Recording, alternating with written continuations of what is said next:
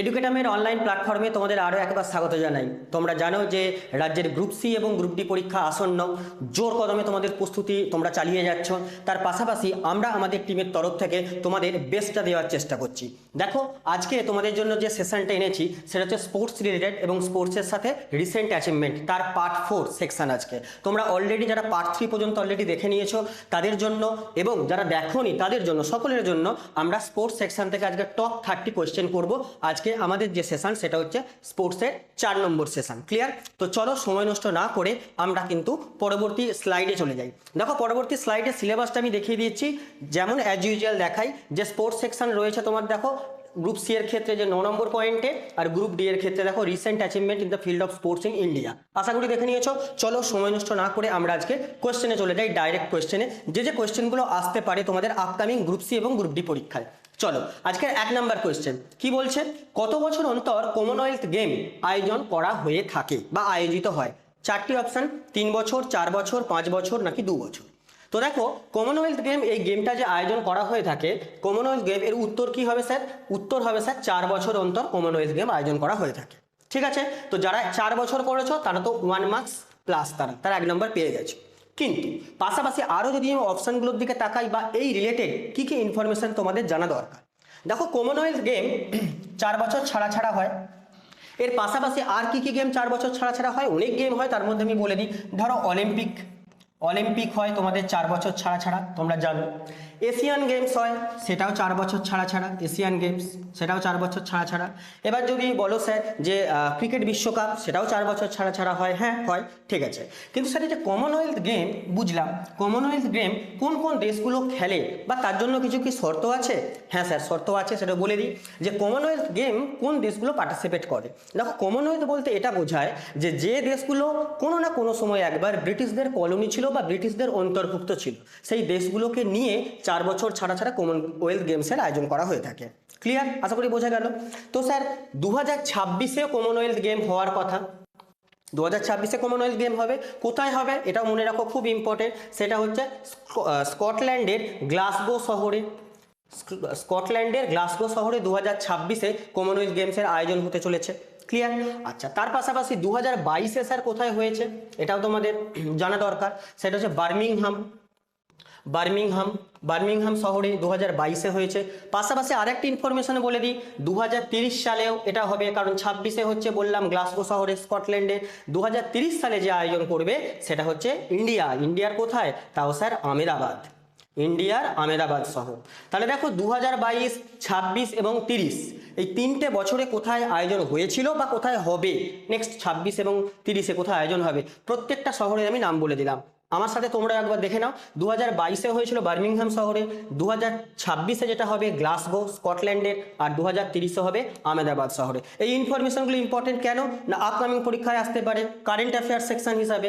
দেখো, তাহলে Commonwealth games কারা খেলে, কোন দেশগুলো খেলে সেটা বলে দিলাম। 2026-এ কোন দেশ আয়োজন করতে চলেছে, 2030-এ কিংবা 2022-এ কোথায় হয়েছে বা কোথায় হবে সেটাও আমি বলে দিলাম। আর ওভারঅল উত্তর স্যার কি হবে? 4 বছর ছাড়া ছাড়া হয়। দেখো, একটা প্রশ্ন থেকে আমি 4টে প্রশ্ন থেকে 5টা প্রশ্ন তোমাদের বললাম। প্রত্যেকটা জিনিস মাথায় ভালো করে গেঁথে নাও, কারণ কোনটা আসবে আমরা কেউ জানি না। পাশাপাশি কমনওয়েলথের পাশাপাশি আর কি কি গেম 4 বছর ছাড়া ছাড়া হয় তারও একটা আমি লিস্ট বলে দিলাম। আশা করি বুঝতে পারলে তোমরা। ক্লিয়ার? এবার দেখো, 2 বছর ছাড়া কি গেম হয় না, 2 বছর ছাড়া তোমরা জানো যে টি-20 ওয়ার্ল্ড কাপ, জানো যারা ক্রিকেটকে ফলো করো তারা জানো যে টি-20 ওয়ার্ল্ড কাপ 2 বছর ছাড়া ছাড়া হয়ে থাকে। ক্লিয়ার? এবার দেখো, একটু আমি ছবির মাধ্যমে তোমার ব্যাপারটা বুঝিয়ে দিই। দেখো, কমনওয়েলথ গেমস 2026, যেখানে আমি দেখতে পাচ্ছি কমনওয়েলথ গেমস 2026-এ, দেখো খেয়াল করো যে 23শে জুলাই থেকে 2রা আগস্ট পর্যন্ত তার যে কর্মসূচি সেটা নির্ধারিত হয়ে আছে গ্লাসগো শহর 2026-এ। ক্লিয়ার? আশা করি বুঝতে পারলে। চলো, এই প্রশ্নটা যদি ক্লিয়ার হয়ে যায় আমরা নেক্সট কোয়েশ্চেনে আসি।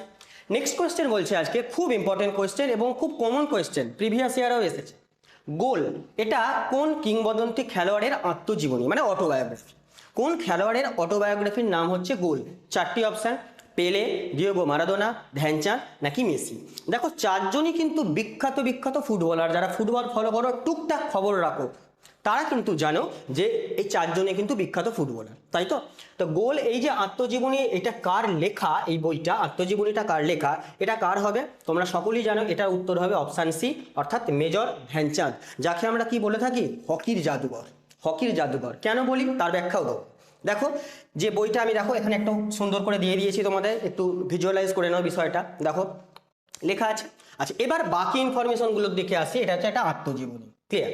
আচ্ছা বাকি ইনফরমেশন আমি বললাম যে হকির জাদুঘর বলা হয়। তো এনার যে জন্মদিন সেই জন্মদিন হচ্ছে 29শে আগস্ট।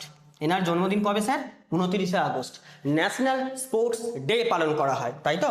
তো ন্যাশনাল স্পোর্টস ডে আমি ছোট করে লিখে নিলাম, ন্যাশনাল স্পোর্টস ডে পালন করা হয় এনার জন্মদিন উপলক্ষে। কবে স্যার? 29শে আগস্ট। ক্লিয়ার? হকির জাদুঘরের লেখা বইটা গোল। আচ্ছা এবার দেখো বাকি যদি আসি, দেখো পেলে ইনি একজন বিখ্যাত ফুটবলার। কোথাকার ফুটবলার? ইনি হচ্ছেন ব্রাজিলের বিখ্যাত ফুটবলার হচ্ছে যে পেলে, তাই তো? এনার লেখা একটা অটোবায়োগ্রাফি আছে, সেটাও একটু পারলে মনে রেখো। এনার লেখা যে অটোবায়োগ্রাফি সেটা আমি লিখে দিচ্ছি, my life and the beautiful game. ঠিক আছে? এনার লেখা অটোবায়োগ্রাফি হচ্ছে my life and the beautiful game. Clear? আচ্ছা দিয়েগো মারাদোনা, এনার লেখাও একটা আছে, সেটা হচ্ছে আই এম দ্য ডিয়েগো। এটা এনার লেখা অটোবায়োগ্রাফি। তাহলে পেলের লেখা অটোবায়োগ্রাফির নাম বলে দিলাম, মারাদোনার লেখা অটোবায়োগ্রাফির নাম বলে দিলাম, ধ্যানচাঁদের অলরেডি দেওয়া আছে, আর লিওনেল মেসি সবাই জানো। তো অ্যাজ সাচ এনার কোনো অটোবায়োগ্রাফি এখনও নেই। এনার ওপর ভিত্তি করে অনেকে বই লিখেছেন, বাট এনার কোনো অ্যাজ সাচ কোনো অটোবায়োগ্রাফি এখনো পর্যন্ত নেই। ভবিষ্যতে আসলে আমরা সব ভবিষ্যতে জানবো। দেখো ইনফরমেশন দিলাম, একটা কোয়েশ্চেন থেকে আমি 5টা ইনফরমেশন দিলাম।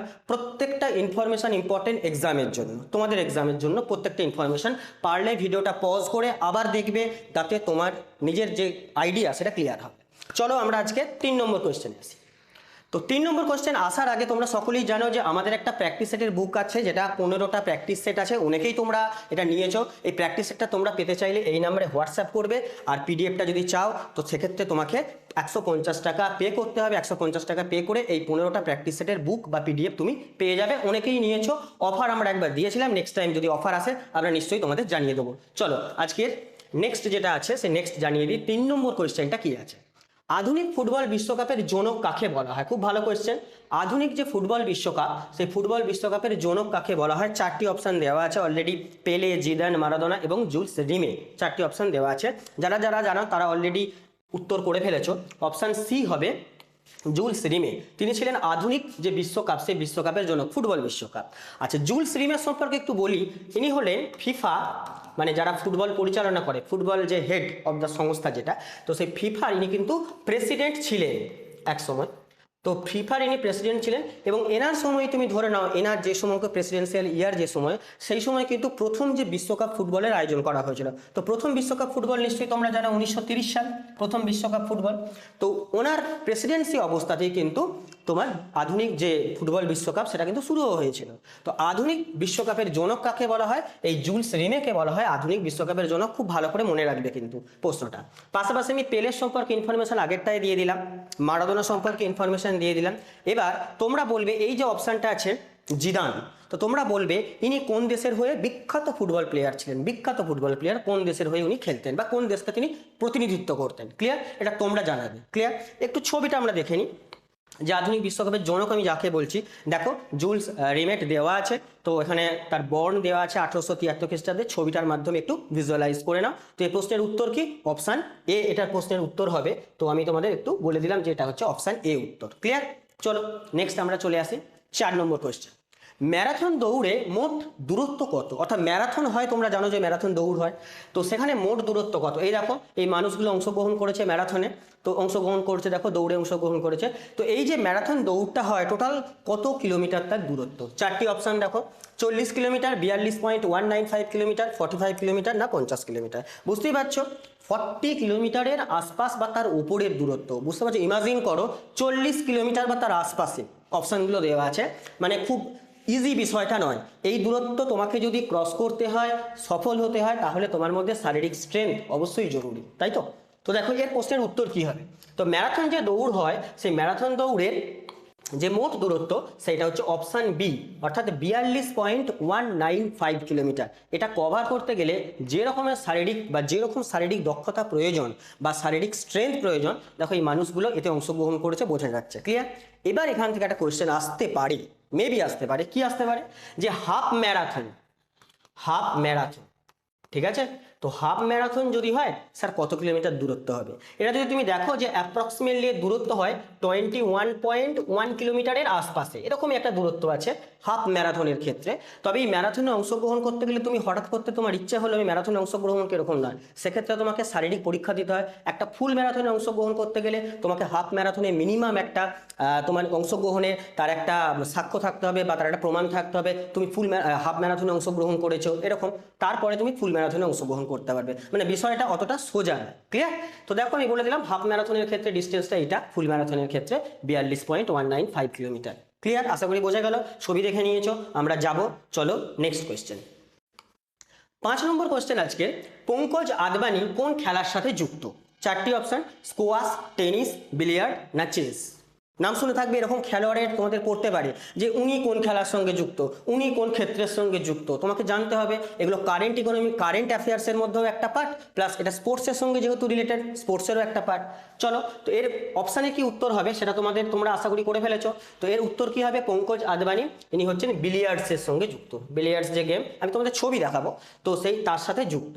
ক্লিয়ার? দেখো একটু ছবি দেখে নাও তাহলে বুঝতে পারবে। দেখো ইনি হচ্ছেন পঙ্কজ আদবানি, ইনি বিলিয়ার্ডস খেলেন। তো বিলিয়ার্ডসে দেখো এই ধরনের যে বিভিন্ন যে হলুদ বল, লাল বল, সাদা বল থাকে, তোমরা দেখে থাকবে বিলিয়ার্ডস খেলা। তো সেইরকম এই যে ইনি হচ্ছেন এই খেলাটার সঙ্গে যুক্ত। কোন খেলা? বিলিয়ার্ডসের সঙ্গে হচ্ছে যুক্ত। ক্লিয়ার?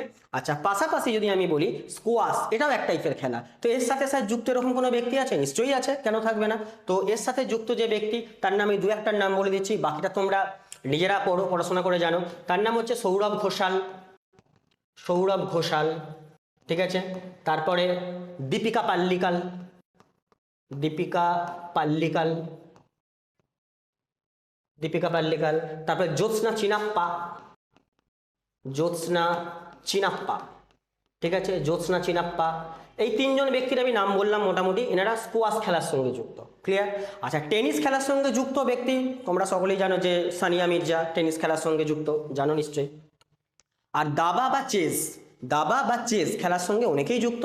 তার মধ্যে রিসেন্ট টাইমে দেখো ডি গুকেশ, ডি গুকেশ, বা একটু পুরনো নাম যদি বলি সেটা হচ্ছে বিশ্বনাথন আনন্দ। নাম শুনেছো? বিশ্বনাথন আনন্দ, উনিও দাবা খেলার সঙ্গে যুক্ত। তাহলে দেখো বাকি প্লেয়ারগুলো কে কোন খেলার সাথে যুক্ত একটু বলে দিলাম। আর এই প্রশ্নের যিনি উত্তর হবে সেটা হচ্ছে বিলিয়ার্ডস উত্তর হবে। আর ইনি সেই ব্যক্তি, ভারতের গৌরব বলতে পারো, তো ইনি সেই ব্যক্তি। চলো আমরা যাব আজকের 6 নম্বর কোয়েশ্চেন। দেখো 6 নম্বর কোয়েশ্চেনটা খুব ইম্পর্টেন্ট, যারা খেলাধুলা একটু দেখো, বিশেষ করে ক্রিকেট, একটু পুরানো খেলা দেখো, তারা এই কোশ্চেনের উত্তর দিয়ে দেবে। কেন না, সাদা বলের ক্রিকেট বা ওয়ানডে ক্রিকেটে প্রথম ডাবল সেঞ্চুরি কে করেছিলেন? অর্থাৎ ওয়ানডে ক্রিকেটে কোন ব্যক্তি, এদের মধ্যে কোন ব্যক্তি যিনি 200 করেছিলেন? ডাবল সেঞ্চুরি মানে 200, তো 200 করেছিলেন। আজকালকার দিনের খেলায় দেখবে অনেকেরই নাম তুমি পাবে যারা ডাবল সেঞ্চুরি হোল্ড করেন বা ডাবল সেঞ্চুরি করেছেন ক্রিকেটে, ওডিআই। প্রশ্ন হচ্ছে প্রথম কে করেছিলেন, ওটা মনে রাখতে হবে। 4টি option, Rohit Sharma, Chris Gayle, Sachin Tendulkar না বীরেন্দ্র সেহবাগ। ক্লিয়ার? তো এটা যিনি প্রথম করেছিলেন ডাবল সেঞ্চুরি তিনি হলেন সচিন তেন্ডুলকার, মানে master blaster, god of the cricket বলা হয়। তো সেই master blaster Sachin Tendulkar, god of the cricket, ইনি প্রথম করেছিলেন সাদা বলে অর্থাৎ ওডিআই ক্রিকেটে প্রথম ডাবল সেঞ্চুরি। কবে করেছিল স্যার? 2010 সালে করেছিল স্যার, সাউথ আফ্রিকার এগেনস্টে, সাউথ আফ্রিকা। ঠিক আছে, তো সাউথ আফ্রিকার এগেনস্টে 2010 সালে মাস্টার ব্লাস্টার সচিন তেন্ডুলকার তিনি করেছিলেন ডাবল সেঞ্চুরি ফার্স্ট। ক্লিয়ার? আচ্ছা, খেলাটা স্যার কোথায় হয়েছিল? খেলাটা হয়েছিল স্যার গোয়ালিয়র, গোয়ালিয়র, গোয়ালিয়রে খেলা হয়েছিল। সে ম্যাচ যারা দেখেছো 2010 সালে তারা নিশ্চয়ই তাদের মাথার মধ্যে ছবি অলরেডি ইমাজিন করতে পারছো তোমরা। তো 2010 সালে সাউথ আফ্রিকার এগেনস্টে গোয়ালিয়রে ম্যাচ ছিল, যে ম্যাচে সচিন তেন্ডুলকার 200 নট আউট ছিলেন। এরপর অর্থাৎ তেন্ডুলকার 200 করার পর অনেক ব্যক্তি আছে যারা 200 করেছে অলরেডি, যেমন রোহিত শর্মার কথায় যে অপশানে আছে রোহিত শর্মা, ইনি 3 বার 200+ রান করেছেন, 3 বার। সব থেকে এখনো পর্যন্ত ক্রিকেটের হিস্ট্রিতে, যবে আমি ভিডিওটা রেকর্ড করছি তখনও পর্যন্ত রোহিত শর্মা আপাতত 3টে ডাবল সেঞ্চুরি করেছেন। এরপর কেউ রেকর্ড ভাঙতে পারে। আচ্ছা, ক্রিস গেইল অলরেডি করেছে, বীরেন্দ্র সেহবাগের অলরেডি ডাবল সেঞ্চুরি আছে। ক্লিয়ার? তো প্রথম যে ব্যক্তি ডাবল সেঞ্চুরি করেছে ওয়ানডে ক্রিকেটে তিনি হলেন সচিন তেন্ডুলকার। কবে করেছিলেন, কোথায় করেছিলেন, কার এগেনস্টে করেছিলেন, প্রত্যেকটা ইনফরমেশন দিয়ে দিয়েছি, প্রত্যেকটা মনে রাখার চেষ্টা করবে অবশ্যই। ক্লিয়ার? চলো আমরা একটু ছবি দেখে নিই। মাস্টার ব্লাস্টারকে আমরা সবাই চিনি, তো মাস্টার ব্লাস্টারের একটু ছবি আমি দেখে নিই। দেখো 200, 147, 24শে ফেব্রুয়ারি 2010, দেখো সেই দিনের একটা ছবি আমি দিয়ে দিয়েছি। আশা করি বুঝতে পারলে। তো আমরা একটু এই যে ছবিটা দেখে নাও, ঠিক আছে। চলো আমরা নেক্সট কোয়েশ্চেনে আসি। নেক্সট কোশ্চেন যদি আসি, 7 নম্বর কোশ্চেনটা কি বলছে, কোন দিনটি ভারতের জাতীয় ক্রীড়া দিবস বা ন্যাশনাল স্পোর্টস ডে হিসাবে পালিত হয়? এর ইনফরমেশন অলরেডি আমি দিয়ে দিয়েছি, আগেই দিয়ে দিয়েছি, তবে কোশ্চেনটা এখানে রেখেছি কেন না অন্যান্য ইনফরমেশনগুলো দেবো বলে। তো ন্যাশনাল ক্রীড়া দিবস বা ন্যাশনাল স্পোর্টস ডে কবে পালন করা হয় সেটা আমি বললাম যে ধ্যানচাঁদের যে জন্মদিন, হকির জাদুঘর ধ্যানচাঁদের জন্মদিন হচ্ছে 29শে আগস্ট। তো সেই দিন হচ্ছে ন্যাশনাল স্পোর্টস ডে। দেখো ছবি দিয়ে দিয়েছি, ন্যাশনাল স্পোর্টস ডে ছবি দিয়ে দিয়েছি। আচ্ছা, পাশাপাশি অন্য অপশানগুলো, তো অন্য অপশান যদি বলি 15ই আগস্ট, সেটা নিশ্চয়ই আমাকে বলতে হবে না কেন 15ই আগস্ট বিখ্যাত, তোমরা জানো। আচ্ছা, 2রা অক্টোবর, দেখো 2রা অক্টোবর কি জন্য বিখ্যাত? তোমরা জানো যে মহাত্মা গান্ধী, জাতির জনক মহাত্মা গান্ধীর জন্মদিন, যে দিনটাকে আমরা কি বলি non violence day, non violence day হিসাবে আমরা পালন করে থাকি এটা। আচ্ছা, 12ই জানুয়ারি কি জন্য না 12ই জানুয়ারি জানো যে ন্যাশনাল যুব দিবস বা জাতীয় যুব দিবস, স্বামী বিবেকানন্দের জন্মদিন, তো সেটাও আমরা জানতে পারলাম এখান থেকে। তাহলে এটা থেকেও আমরা ইনফরমেশন 4টে পেয়ে গেলাম, তাই তো? তাহলে এই প্রশ্নের উত্তর কি হবে বলো তো? জাতীয় বা ন্যাশনাল স্পোর্টস ডে কবে পালন করা হয় সেটা হচ্ছে 29শে আগস্ট, এবং কার জন্মদিন উপলক্ষে সেটাও বলে দিলাম। আর কেন তাকে হকির জাদুঘর বলা হয় তার কারণটা আমি বলি, যে 1928, 1932 আর 1936, এই যে 3টে বছর আমরা পরপর অলিম্পিকে গোল্ড মেডেল পেয়েছিলাম না, হকিতে গোল্ড মেডেল পেয়েছিলাম, সেই মেডেল পাওয়ার পিছনে অনেকটাই কৃতিত্ব কার?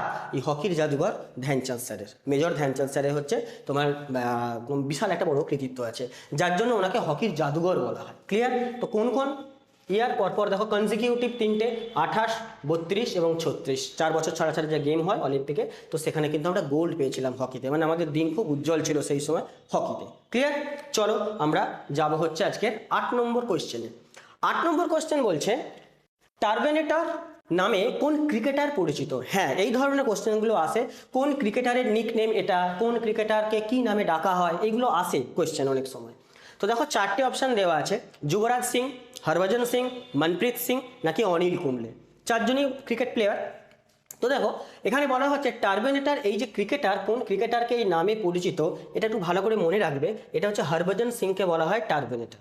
ক্লিয়ার? তো শিখ সম্প্রদায় থেকে বিলং করতেন, ভারতের অন্যতম ভরসামান একজন স্পিনার ছিলেন হরভজন সিং। বিপক্ষকে এমন অনেক ম্যাচে ছিল যে বিপক্ষকে দাঁড়াতে দিত না তার বোলিংয়ের জন্য, এটা ঠিক আছে।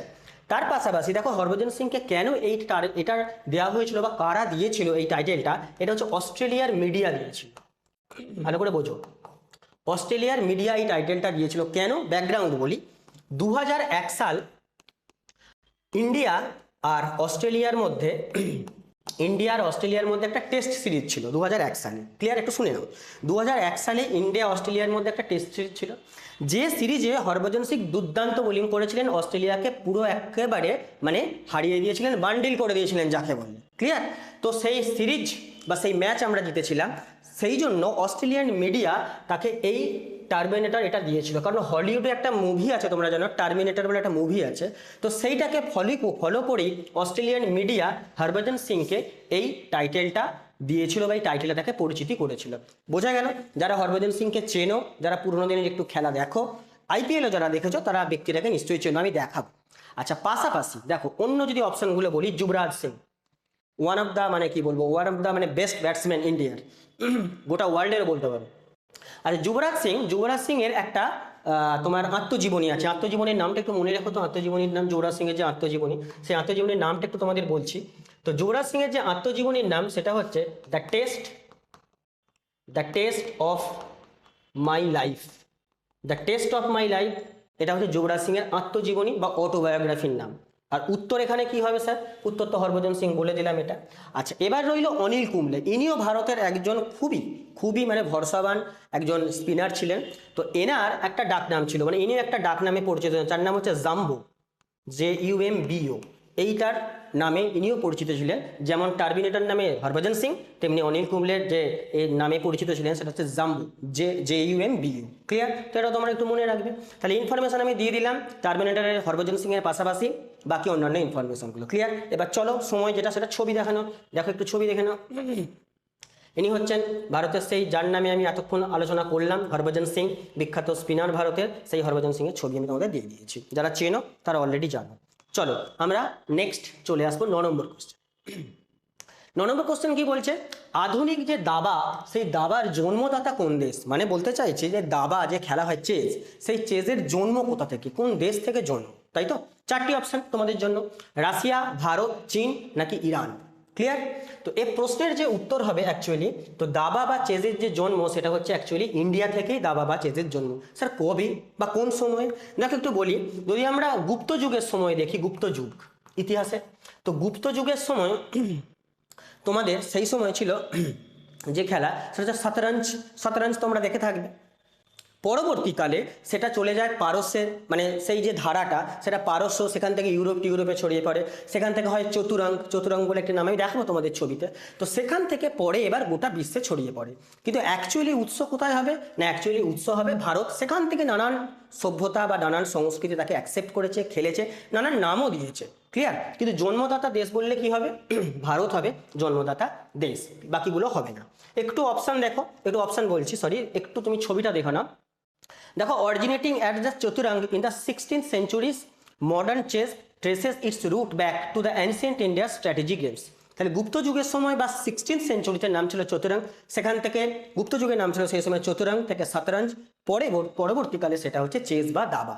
তো অরিজিনালি তোমার যে উত্তরটা, তা উত্তরটা হবে কিন্তু অরিজিনালি উত্তর যেটা তোমাদের আমি বললাম কি উত্তর হচ্ছে ভারত উত্তর হবে। তো ব্যাকগ্রাউন্ডে তুমি যদি নাও জেনে থাকো, তুমি মনে রাখবে যে দাবা বা চেজের জন্মদাতাকে, সে হচ্ছে ভারত। বাকিটা আমি তোমাদের জাস্ট মেমোরাইজ করার জন্য তোমাদের বললাম, যাতে গল্পটা তোমাদের হালকা হলেও মনে থাকে। ক্লিয়ার? চলো আমরা যাব পরের কোশ্চেন। 10 নম্বর কোশ্চেন আজকে, কোন দেশের জাতীয় খেলা হলো বেসবল? কোন দেশের জাতীয় খেলা হচ্ছে বেসবল? চারটি অপশন দেখো, কানাডা, মার্কিন যুক্তরাষ্ট্র, কিউবা নাকি জাপান। তো কোন দেশের জাতীয় খেলা হচ্ছে বেসবল? তার আগে একটু বেসবলের ছবিটা যদি দেখানো যায় দেখবে। দেখো বেসবলের ছবিটা আমি একটু দেখে দিচ্ছি। এই টাইপের খেলা তোমরা দেখে থাকবে অনেকেই, যারা যদি না দেখে থাকো একটু গুগল করে নেবে, দেখে নেবে। তো বেসবল খেলা হচ্ছে। তো কোন দেশের জাতীয় খেলা এটা? কোন দেশের পতাকা, কোন দেশের ন্যাশনাল ফ্ল্যাগ এটা? একদম স্যার জানি স্যার। কি স্যার? উত্তর কি হবে না, উত্তর হচ্ছে স্যার মার্কিন যুক্তরাষ্ট্র। তো মার্কিন যুক্তরাষ্ট্রের যে ন্যাশনাল গেমস সেটাই কিন্তু কি বেসবল। ক্লিয়ার? এবার স্যার বাকি অপশনগুলো বলি একদম। তো বেসবল ছাড়াও দেখো কানাডার হচ্ছে ন্যাশনাল গেমস দুটো আছে, একটা হচ্ছে শীতকালীন, একটা হচ্ছে গ্রীষ্মকালীন। ভালো করে মনে রাখবে এটা। শীতকালীন যে গেমটা সেটা হচ্ছে আইস হকি, আর গ্রীষ্মকালীন যে গেমটা যেটা তাদের ন্যাশনাল গেমস হিসেবে তারা পালন করে সেটা হচ্ছে ল্যাক্রোস, LACROSS। ভালো করে মনে রাখবে। গ্রীষ্মকালীন শীতকালীন দু টাইপের খেলা আছে ওখানে, একটা হচ্ছে আইস হকি শীতকালীন, আর গ্রীষ্মকালে হচ্ছে ল্যাক্রোস। ক্লিয়ার? আচ্ছা, জাপানের একটা জাতীয় খেলা আছে, সেটা হচ্ছে সুমো রেসলিং। একটা আছে না সুমো, বা এখানে অনেক জায়গায় আছে সুমো রেসলিং। ঠিক আছে, সুমো রেসলিং এটা জাতীয়। আর কিউবা যদি বলি, কিউবাতে একটা জনপ্রিয় খেলা অবশ্যই বেসবল, নিশ্চয়ই বেসবল কিউবাতেও খেলা হয় এবং জনপ্রিয় খেলা।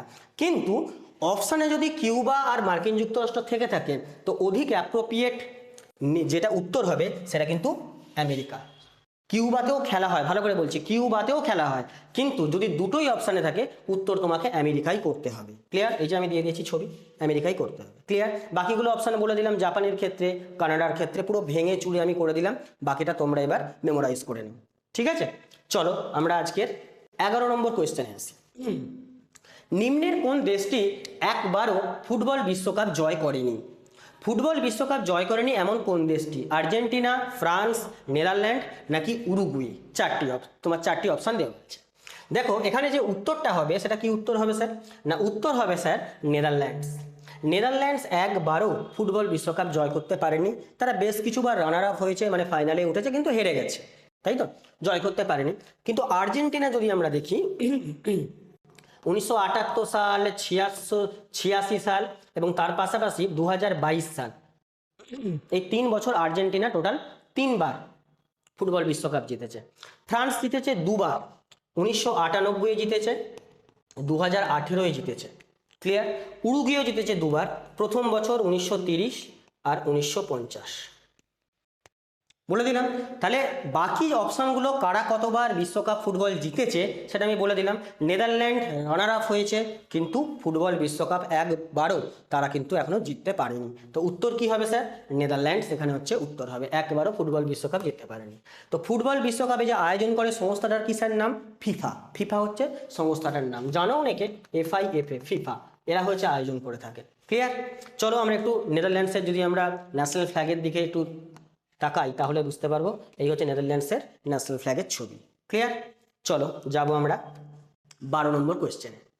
খো খো খেলায় প্রতি দলে কতজন খেলোয়াড় মাঠে নামে?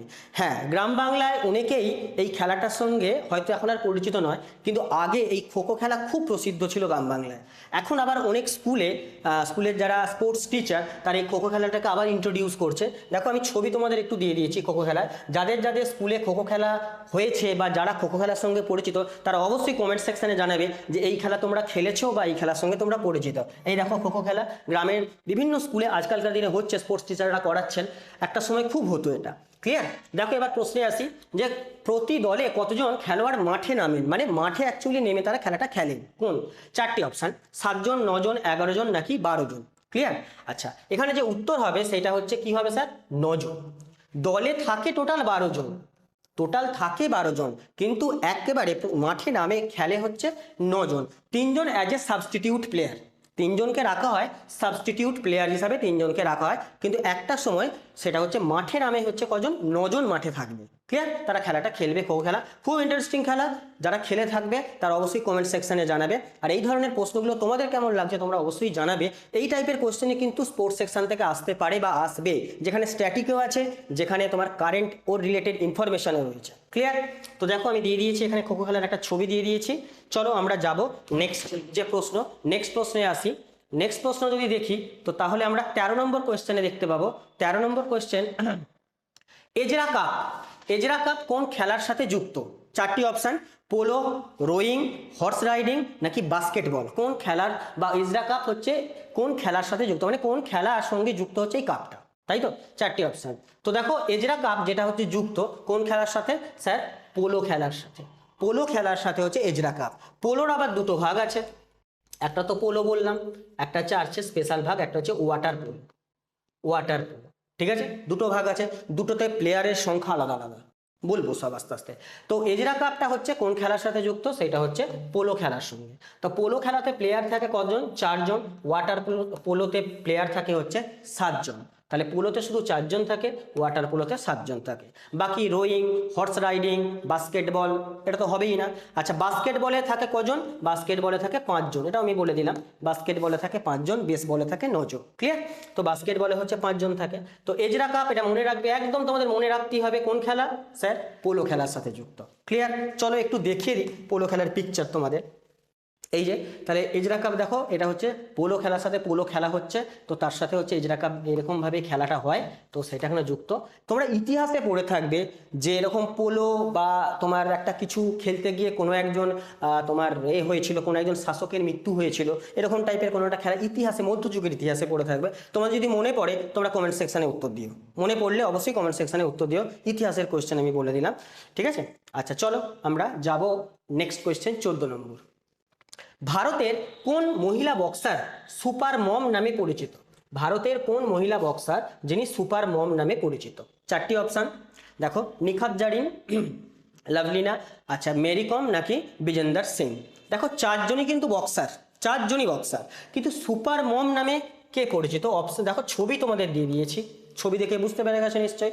ছবি দেখে কি হবে স্যার উত্তর? উত্তর হচ্ছে স্যার মেরি কম। কেন না, মেরি কম অলরেডি, মেরি কমের সন্তান 3 সন্তান, অথচ 3 সন্তান থাকা সত্ত্বেও তিনি ভারতের জন্য ভারতের মুখ উজ্জ্বল করেছেন, অলিম্পিকে নানান গেমসে ভারতের মুখ উজ্জ্বল করেছেন খেলাধুলার মাধ্যমে, তাই তো? উনি হচ্ছেন সুপার মম, যেখানে মা হওয়ার যে দায়িত্ব বা ভূমিকা সেটার পাশাপাশি তিনি ভারতবর্ষকে তার খেলাধুলার মাধ্যমে ভারতবর্ষের মুখ উজ্জ্বল করেছেন, ভারতবর্ষকে আর অন্য পর্যায়ে পৌঁছে দিয়েছেন, তো ওনাকে বলা হয় সুপার মম। ক্লিয়ার? তো মেরি কম ইনি হবেন।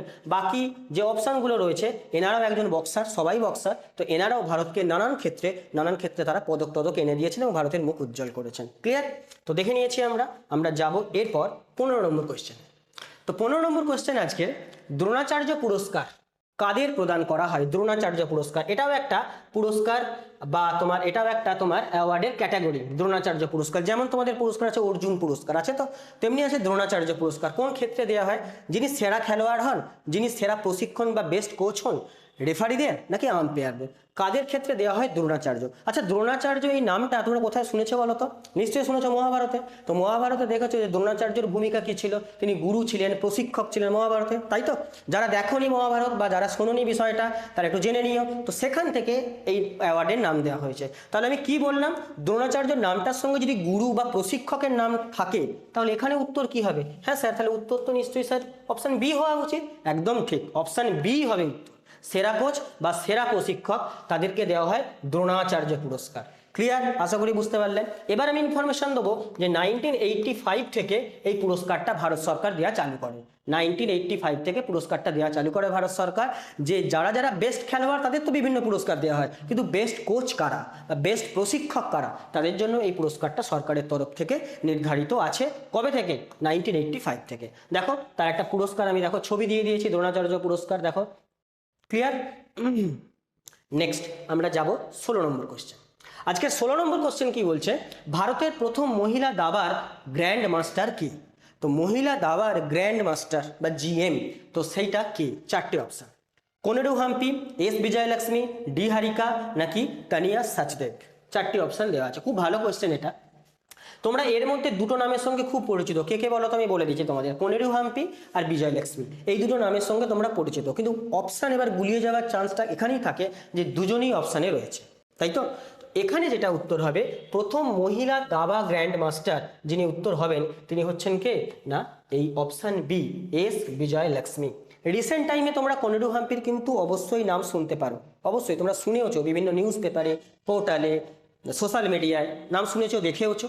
তো কিন্তু প্রথম মহিলা দাবা গ্র্যান্ড মাস্টার যদি বলে তাহলে কিন্তু এস বিজয়লক্ষ্মী। আমি ছবি দেখাবো তোমাদের, অবশ্যই ছবি দেখাবো। দেখো ছবিটা একটু দেখে নাও।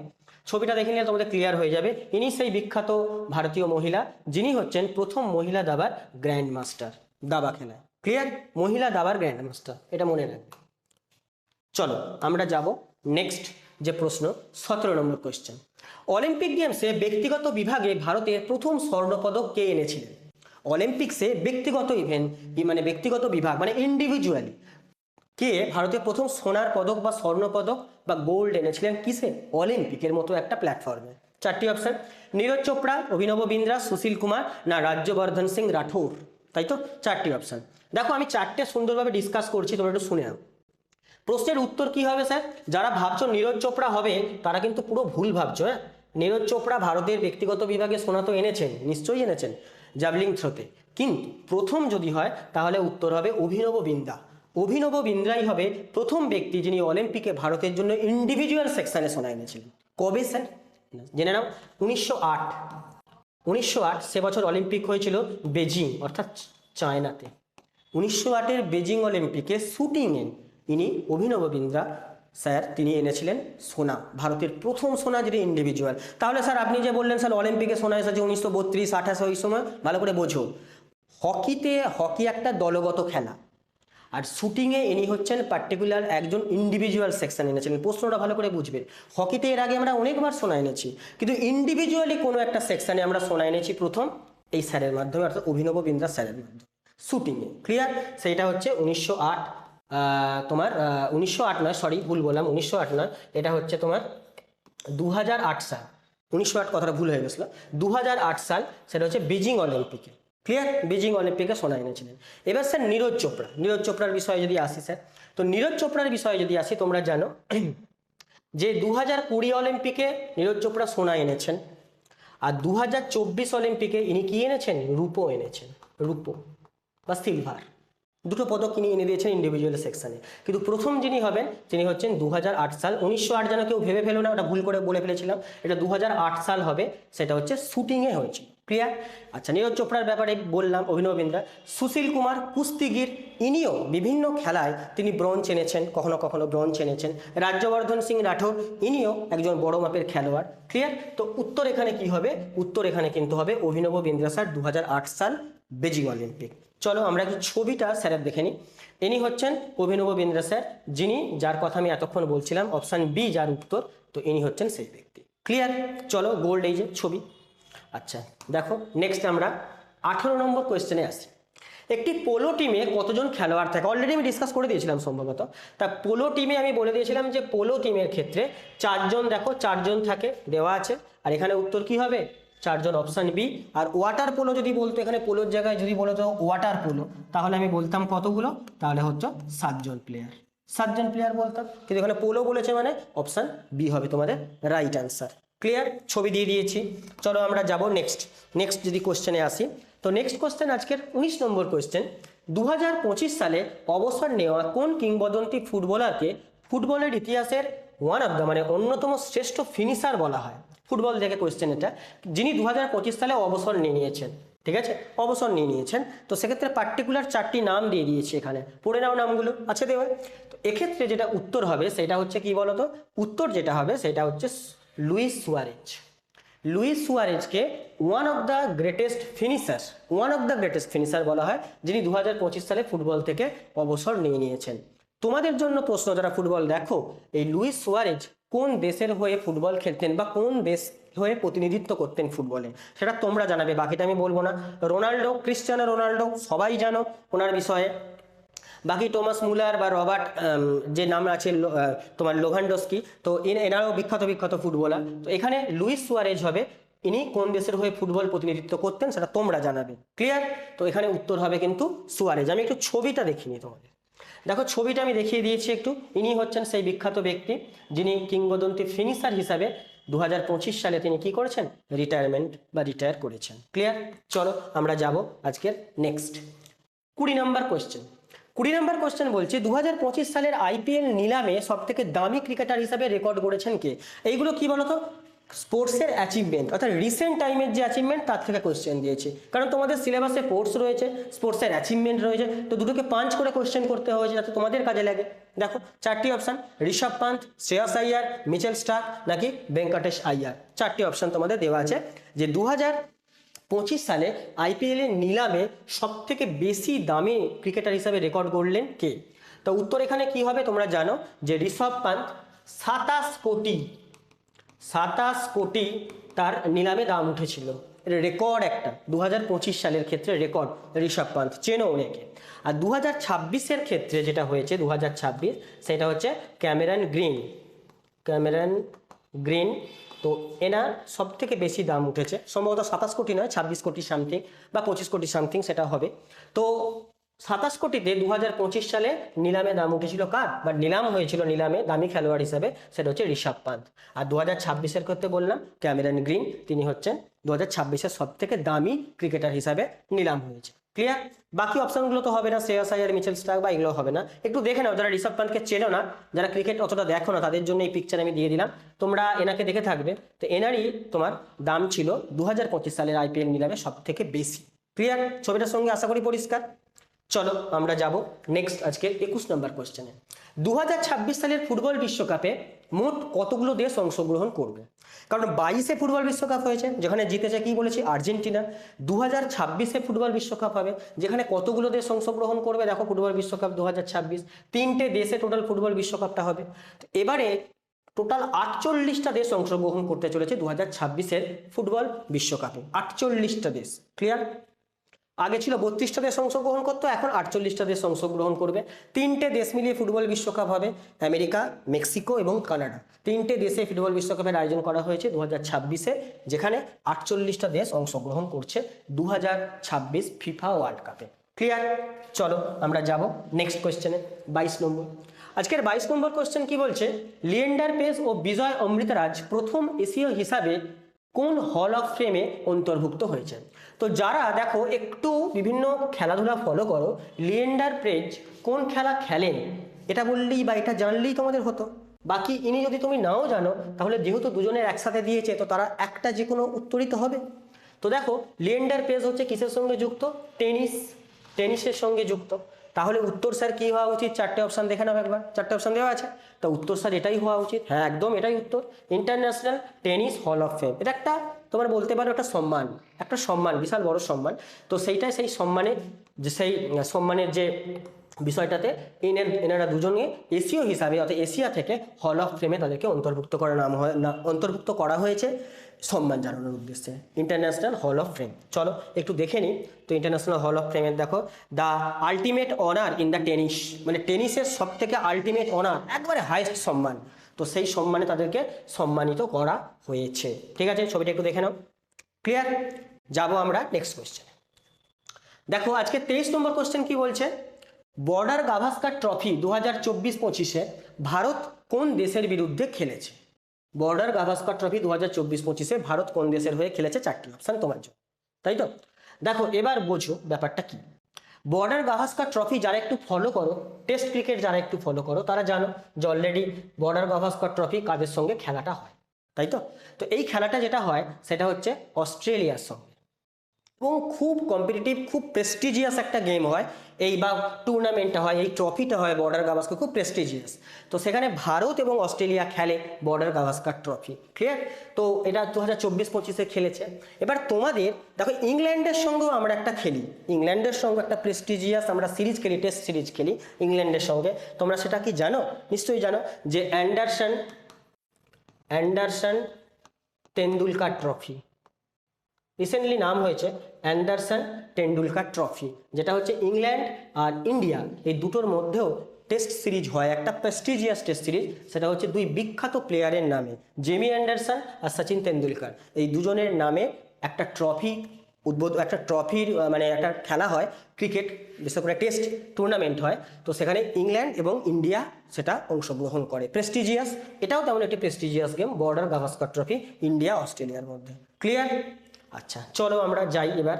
দেখো এই হচ্ছে বর্ডার গাভাস্কার ট্রফির একটা আমি দিয়ে দিয়েছি, দেখো বর্ডার গাভাস্কার ট্রফি, এইদিকে অস্ট্রেলিয়া, এদিকে ইন্ডিয়ার লোগো সমেত আমি দিয়ে দিয়েছি। চলো আমি যাব এরপরে, যদি আমি যাই তো এরপরে দেখো কি আছে। 2026 সালের জানুয়ারিতে আইসিসি টেস্ট অলরাউন্ডার তালিকায় শীর্ষস্থান দখল করেছেন কে? দেখো এটা কিন্তু কারেন্ট অ্যাফেয়ার্সের কোয়েশ্চেন, মানে রিসেন্ট যে অ্যাচিভমেন্ট তার কোয়েশ্চেন তোমাদের সিলেবাসে রয়েছে। তো দেখো 4টি option, Ben Stokes, Sachin Tendulkar, Ravichandran Ashwin নাকি প্যাট কামিন্স। তো 2026-এর জানুয়ারি বলছি, তাই তো একবারে রিসেন্ট।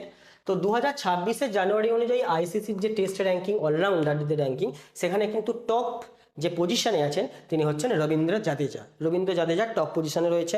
এছাড়াও বাকি যারা আছে তারাও কিন্তু Ben Stokes one of the best বলতে পারো অলরাউন্ডার হিসাবে, রবিচন্দ্রন অশ্বিন তো ভারতেরই ছিলেন, এবং প্যাট কামিন্স হচ্ছেন অস্ট্রেলিয়ার। ক্লিয়ার? তো রবীন্দ্র জাদেজা হচ্ছে 2026-এর জানুয়ারিতে সেরা টেস্ট অলরাউন্ডারের তালিকায় নাম করেছেন। তো দেখো ছবি দেখে নাও, যারা চেনো না তারা একটু ছবিটা দেখে নাও। ছবিটা ইনি হচ্ছেন রবীন্দ্র জাদেজা, তো ইনি হচ্ছেন সেই ব্যক্তি যিনি কিন্তু নাম্বার 1 অলরাউন্ডারের তালিকায় নিজের নাম নথিভুক্ত করেছেন। ক্লিয়ার? পারফরমেন্সের মাধ্যমে অবভিয়াসলি। চলো 25 নম্বর কোয়েশ্চেন আজকে। 2025 সালে ভারতে অনুষ্ঠিত মহিলাদের ওডিআই বিশ্বকাপ কোন দেশ জয় করেছে? খুব রিসেন্ট ঘটনা, গোটা ভারতবর্ষ সেলিব্রেট করেছে ওমেন্স ক্রিকেটকে, এবং বলছে 2025 সালে এটা মহিলাদের বিশ্বকাপ জয় করেছে, ওডিআই বিশ্বকাপ, ওয়ানডে বিশ্বকাপ জয় করেছে কোন দেশ? তো অবভিয়াস বিষয় আমি বলে দিলাম যে গোটা ভারত যদি সেলিব্রেট করে, তা উত্তর এখানে কি হবে? উত্তর হচ্ছে ভারত। অর্থাৎ মহিলাদের প্রথমবারের মতো যে ওয়ার্ল্ড কাপ ওডিআইয়ে, সেটা হচ্ছে ইন্ডিয়া জিতলো 2025 সালে। কাদের বিরুদ্ধে? না সাউথ আফ্রিকার এগেনস্টে ইন্ডিয়া প্রথমবার বিশ্বকাপ জিতলো মহিলা দল। ক্লিয়ার? আচ্ছা, যেখানে সেই ম্যাচের শেফালি বর্মা হয়েছিলেন সেরা প্লেয়ার, শেফালি বর্মা নাম জানো তো? শেফালি বর্মা হয়েছিলেন সেরা প্লেয়ার হয়েছিলেন, এবং এটা একটা ভারতের গর্ব, মহিলা ক্রিকেটের একটা গর্ব, ওভারঅল সবার গর্ব, ভারতীয় হিসাবে সবার গর্ব যে ভারত ওডিআই ওয়ার্ল্ড কাপ জিতলো। শুধু মেন্স নয়, এবার পাশাপাশি ওমেন্সদেরও এই কৃতিত্ব থাকলো। ক্লিয়ার?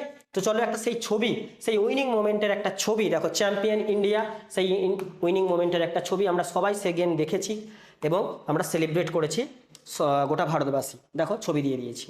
নেক্সট দেখো বাকি 26 নম্বর কোয়েশ্চেন দেখি একটু। 2026 সালে ফেব্রুয়ারি মাসে আইপিএল 2026-এর জন্য বিসিসিআই কোন নতুন স্পন্সরের সাথে চুক্তি করেছে? তাই তো স্পন্সরশিপ থাকে 26 সালে ফেব্রুয়ারি মাসে, 26-এ যে তোমার এখন আইপিএল হয়নি, আইপিএল শুরু হবে, সেখানে যে স্পন্সরশিপের সাথে চুক্তি আছে অলরেডি বেশ কিছু বছর আগে থেকেই চুক্তি আছে তাদের সাথে। তারা কে? তারা হচ্ছে টাটা গ্রুপ, টাটা গ্রুপের সঙ্গে আমাদের চুক্তি অলরেডি 2-3 বছর আগে থেকেই আছে, তো সেটাই কন্টিনিউ হবে 2026-এ। তো উত্তর হচ্ছে এখানে হবে কি না, সেটা হচ্ছে টাটা গ্রুপের সাথে আমাদের কিন্তু সব থেকে বড় চুক্তিটা আছে। তো উত্তর হবে টাটা গ্রুপ, বাকিগুলো তো হবে না, জিও, আদানি, ড্রিম11 কোনোটাই হবে না। তো উত্তর হচ্ছে টাটা গ্রুপ। দেখো একটু টাটা গ্রুপে, যে টাটা গ্রুপের একটু ছবি বা লোগো আমি দিয়ে দিয়েছি। টাটা গ্রুপ খুব ভারতের একটা খুব দামি ব্র্যান্ড এই টাটা গ্রুপ, তো সেটাই দিয়ে দিয়েছি। চলো নেক্সট, আজকে 27 নম্বর কোশ্চেন। রাগবি ফুটবলে প্রতিটা দলে কতজন খেলোয়াড় থাকে? শুধু ফুটবল নয়, রাগবি ফুটবল, রাগবি ফুটবলে প্রত্যেক দলে কতজন প্লেয়ার থাকে? তো রাগবি ফুটবলের চিত্রটি একটু দেখুন। রাগবি ফুটবল কি টাইপের খেলা, কেমন একটু দেখতে এখানে এই টাইপের খেলা। দেখো একটা এই যে বল নিয়ে ছুটছে, তো এবার এই বিভিন্ন নিয়ম টিয়ম আছে তো রাগবি ফুটবলে। তো এবার ওয়ান সাইডে কতজন প্লেয়ার থাকে সেটা তোমাকে বলতে হবে প্রত্যেকটা দলে। তো মনে রাখবে রাগবি ফুটবলে হচ্ছে প্রতিটা দলে হচ্ছে 15 জন করে প্লেয়ার থাকে ওয়ান সাইডে, প্রতি দলে ওয়ান সাইডের 15 জন করে। যারা খেলাটা জানো, দেখেছো, তারা অবভিয়াসলি নিজেদের কানেক্ট করতে পারছো আশা করছি। ক্লিয়ার? তো বাকি অপশনগুলো হবে না। 11 জন প্লেয়ার তোমরা জানো হকিতে থাকে, 11 জন প্লেয়ার ক্রিকেটে থাকে, জানো নিশ্চয়ই। আচ্ছা চলো আমরা আজকে 28 নম্বর কোয়েশ্চেনে আসি। 28 নম্বর কোয়েশ্চেন হচ্ছে চিপক স্টেডিয়াম ভারতের কোন শহরে অবস্থিত? চিপক স্টেডিয়াম ভারতের কোন শহরে অবস্থিত? ঠিক আছে, দেখো চিপক স্টেডিয়ামের একটা ছবি দিয়ে দিয়েছি আমি। এই হচ্ছে চিপক স্টেডিয়ামে, যদি আমি উপর থেকে ভিউ নিই তাহলে এটা আমি এরকম ছবিটা দেখতে পাবো। কোথায় আছে স্যার এটা? না, এটা আছে চিপক স্টেডিয়াম, সেটা হচ্ছে চেন্নাই। চেন্নাইয়ে আছে স্যার চিপক স্টেডিয়াম, ঠিক আছে, এম.এ. চিদম্বরম স্টেডিয়াম বা চিপক স্টেডিয়াম। ক্লিয়ার? আচ্ছা বাকি অপশনগুলো দেখো, কানপুরে একটা স্টেডিয়াম আছে, সেটা হচ্ছে গ্রিন পার্ক, গ্রিন পার্ক, ঠিক আছে। আচ্ছা মুম্বাই তো তোমরা সবাই জানো, Wankhede stadium, Wankhede stadium. Clear? বেঙ্গালুরুতে আছে কি না M A. Chinnaswamy stadium, M A. Chinnaswamy stadium. Clear? তাহলে বাকি স্টেডিয়ামগুলো আমি বলে দিলাম কোথায় কি স্টেডিয়াম আছে। আর চিপক স্টেডিয়াম সেটাই হচ্ছে Chidambaram stadium, M A. Chidambaram stadium নামে, সেটা কোথায় আছে স্যার? চেন্নাই। তার একটা ভিউ দিয়ে দিয়েছি আমি, দেখে নিয়েছো। চলো নেক্সট কোয়েশ্চেনে আসি। 29 নম্বর কোয়েশ্চেন কি বলছে, FIDE এই যে সংস্থাটা কোন খেলার সাথে, কোন খেলার নিয়ামক সংস্থা? মানে পরিষ্কার কথা বলতে চাইছে, FIDE কোন খেলাকে হচ্ছে নিয়ামক সংস্থা, মানে ও হচ্ছে হেড, ও পরিচালনা করে সেই খেলাটাকে। ঠিক আছে, যেমন দেখো ক্রিকেটের যে বোর্ড সেটা আইসিসি আছে, ক্রিকেটের সবার উপরে আইসিসি আছে, তেমনি FIDE এই সংস্থাটা এদের মধ্যে কোন সংস্থা, কোন খেলার হেড? তো ফুটবল, তো ফুটবল যদি বলি তো তোমরা, আমি এতক্ষণ ধরে বলছি ফুটবল ফিফা বলিয়ে দিলাম, তো এটা তো হবে না স্যার। আচ্ছা টেনিস, ITF টেনিস, তো এটাও হবে না। হকি হবে না। তো এখানে উত্তর যেটা হবে সেটা হচ্ছে দাবা। দাবা হচ্ছে FIDE যে সংস্থাটা, তার একবারে নিয়ামক সংস্থা হচ্ছে এই হচ্ছে চেস, বা দাবার হচ্ছে FIDE বা ফিড। ক্লিয়ার? আচ্ছা এই যে ফিফা, ফিফার হেডকোয়ার্টার কোথায় জানো? ফিফা, তো ফিফার হেডকোয়ার্টার হচ্ছে জুরিক, জুরিক যেটা হচ্ছে সুইজারল্যান্ড। ক্লিয়ার? ফিফার headquarter. Tennis, international tennis federation, এর হেডকোয়ার্টার জানো? এর হেডকোয়ার্টার হচ্ছে লন্ডন। এই হেডকোয়ার্টারও কিন্তু পরীক্ষায় আসতে পারে স্ট্র্যাটেজিকেটে। আচ্ছা এবার যদি বলি হকির ক্ষেত্রে, এর হচ্ছে LAUSSANE, অনেকে লুসানে বলে, লুসানেতে হেডকোয়ার্টার। আর চেজের ক্ষেত্রেও এও হবে লুসানেতে হেডকোয়ার্টার। ক্লিয়ার? তো এই সবার হেডকোয়ার্টারগুলো আমি বলে দিলাম, ফিফা, তারপরে টেনিস, হকি, চেস, প্রত্যেকের আমি হেডকোয়ার্টার কোথায় কোথায় বলে দিলাম। যদি খুব কঠিন কোয়েশ্চেন হয় আসতে পারে, একটা নাম্বার তোমার প্লাস হয়ে যাবে তোমার যদি জানা থাকে, তাই তো? চলো আমরা একটু ছবি দেখে নিই, ছবির মাধ্যমে একটু দেখে নিই। তো এই হচ্ছে দাবা, দাবার তো তোমরা অনেকেই খেলতেও পারো, এই আশা আমি রাখি যে তোমরা অনেকেই হয়তো দাবা খেলতে পারো, তো তারা পরিচিত। যারা দেখোনি তারা ছবিটা দেখে নাও, বুঝতে পারলে? চলো আজকের লাস্ট কোয়েশ্চেন, আজকের সেশনের লাস্ট কোয়েশ্চেন। ডায়মন্ড, হাতে পড়ার ডায়মন্ড নয়, এখানে বলেছে কোন খেলার সাথে যুক্ত। হাতে বা অলংকার হিসাবে যে ডায়মন্ড, সেই কথা বলছি না এখানে। তো ডায়মন্ড কোন খেলার সাথে যুক্ত এখানে? গলফ, বেসবল, জুডো, নাকি হচ্ছে তোমার রাগবি, কোন খেলার সঙ্গে হচ্ছে ডায়মন্ড খেলাটা হচ্ছে যুক্ত, তাই তো? তো এর যে উত্তর হবে এখানে কি বলতো, উত্তর হবে এখানে হচ্ছে বেসবল। বেসবল খেলার সাথে হচ্ছে ডায়মন্ড একটা খেলার টার্ম, সেটা হচ্ছে যুক্ত। বেসবল আমি দেখাবো, ছবিটা অবশ্যই দেখাবো। তো ডায়মন্ড হচ্ছে বেসবল খেলার সাথে যুক্ত, ছবি দেখা যাবে তবে বুঝতে পারবে। দেখো যারা বেসবলের খেলার একটু আধটু ফলো করো বা জানো, তারা দেখেছো যে বেসবলের যে গ্রাউন্ডটা এইভাবে সাজানো থাকে, বা এইভাবে তার দেখতে এরকমটাই লাগে। ঠিক আছে, তো এইখানে খেলার মাঠকেই বলা হয় হচ্ছে বেসবলের ক্ষেত্রে, সেটা হচ্ছে তোমার কি না ডায়মন্ড। ডায়মন্ড কোন খেলার, মানে কোন খেলার মাঠ, ডায়মন্ড কোন খেলার মাঠকে বলা হয়? তো উত্তর হচ্ছে বেসবল। দেখো দেখে নিয়েছো। আচ্ছা, বেসবলে স্যার কজন প্লেয়ার খেলে? না, বেসবলে হচ্ছে 9 জন প্লেয়ার খেলে। বাস্কেটবলে 5 জন, বেসবলে 9 জন। ক্লিয়ার? আর রাগবিতে আমি অলরেডি বলে দিয়েছি ওয়ান সাইডেড 15 জন, তাই তো? তাহলে এখানে উত্তর হবে স্যার কি? না বেসবল। আর গল্ফ খেলা যদি দেখো, একজন দুজন একজন করেও খেলে, দেখবে গল্ফ একটু দেখে থাকবে, তো সেটাও খেলে। কিন্তু এখানে বেসবল উত্তর হবে, তার উত্তর হচ্ছে এখানে 9 জন প্লেয়ার থাকে ওয়ান সাইডে। ছবিটা একটু, মাঠটা একটু দেখে নাও, এই হচ্ছে ছবি। অনেকটা যেন মনে হবে ক্রিকেটের মতো, বাট না, অনেক নিয়মকানুনে পার্থক্য আছে, তাই তো? তো এই হচ্ছে বিষয়, এই বিষয়গুলো তোমাদের রইলো। 30টা কোশ্চেন আমি তোমাদের আজকে করালাম স্পোর্টস সেকশন থেকে, স্পোর্টসের অ্যাচিভমেন্ট থেকে। আর স্পোর্টসের অ্যাচিভমেন্ট থেকে যখন তোমাদের কোশ্চেন করালাম, অলরেডি যারা 3টে পার্ট দেখোনি, তো যারা 3টে পার্ট দেখোনি তারা অবশ্যই পার্টগুলো দেখে নিও। আজকে 4 নম্বর পার্ট আমাদের স্পোর্টসের। কেমন লাগলো তোমরা অবশ্যই জানিও। আর যদি ভিডিওগুলো ভালো লাগে, ভিডিওটাকে লাইক করো, শেয়ার করো এবং বন্ধুদের লাইক করো এবং শেয়ার করো বন্ধুদের মধ্যে ব্যাপারটা, খবরটা বা এই ভিডিওগুলো ছড়িয়ে দাও, যাতে করে তোমার বন্ধু উপকৃত হয়। ঠিক আছে? তো আজকের মতো সেশনটা এই পর্যন্তই থাকলো। পরের সেশন অবশ্যই খুব তাড়াতাড়ি আসছে। থ্যাংক ইউ, ধন্যবাদ।